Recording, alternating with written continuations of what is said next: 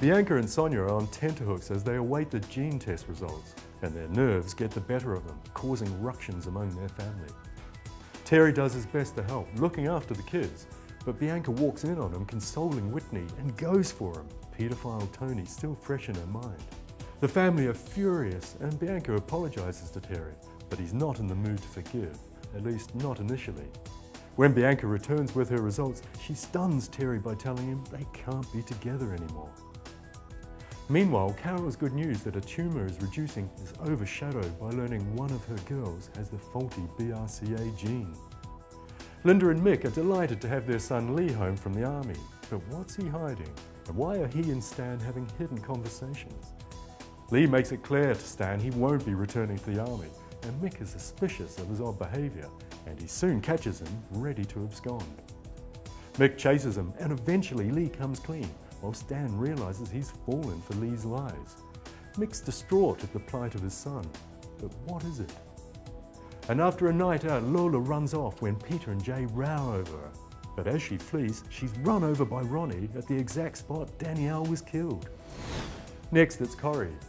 Anna seriously contemplates sleeping with the enemy to save her family. She feels she has no choice when she narrowly prevents Owen from torching the site.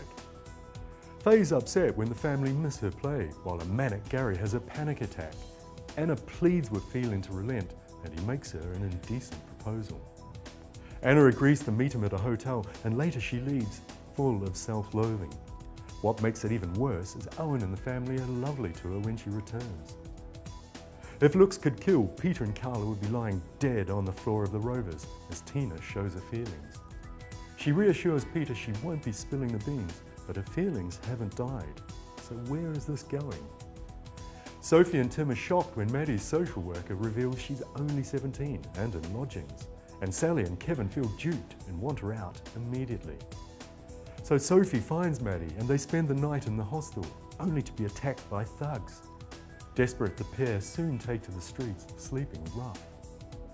And Marcus decides to pick up Liam when the childminder can't track down Maria. She's furious, and that's the last straw for Marcus. He leaves for London. Next, it's Emmerdale. Marlon's Cold War is hurting all those around him, and Laurel turns on him and tells him he's being cruel, depriving April of knowing that she has family. But when Donna and April return, she now knows he's a dad. And after initially staying stony, he has a change of heart and is suddenly left caring for her when Donna faints.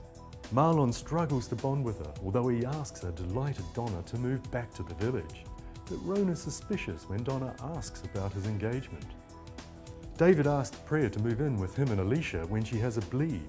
She goes to her GP when she realises how worried David is, but disappears when she learns how long she'll be waiting for a specialist. Instead, she checks into a private clinic and insists no one visit her but David.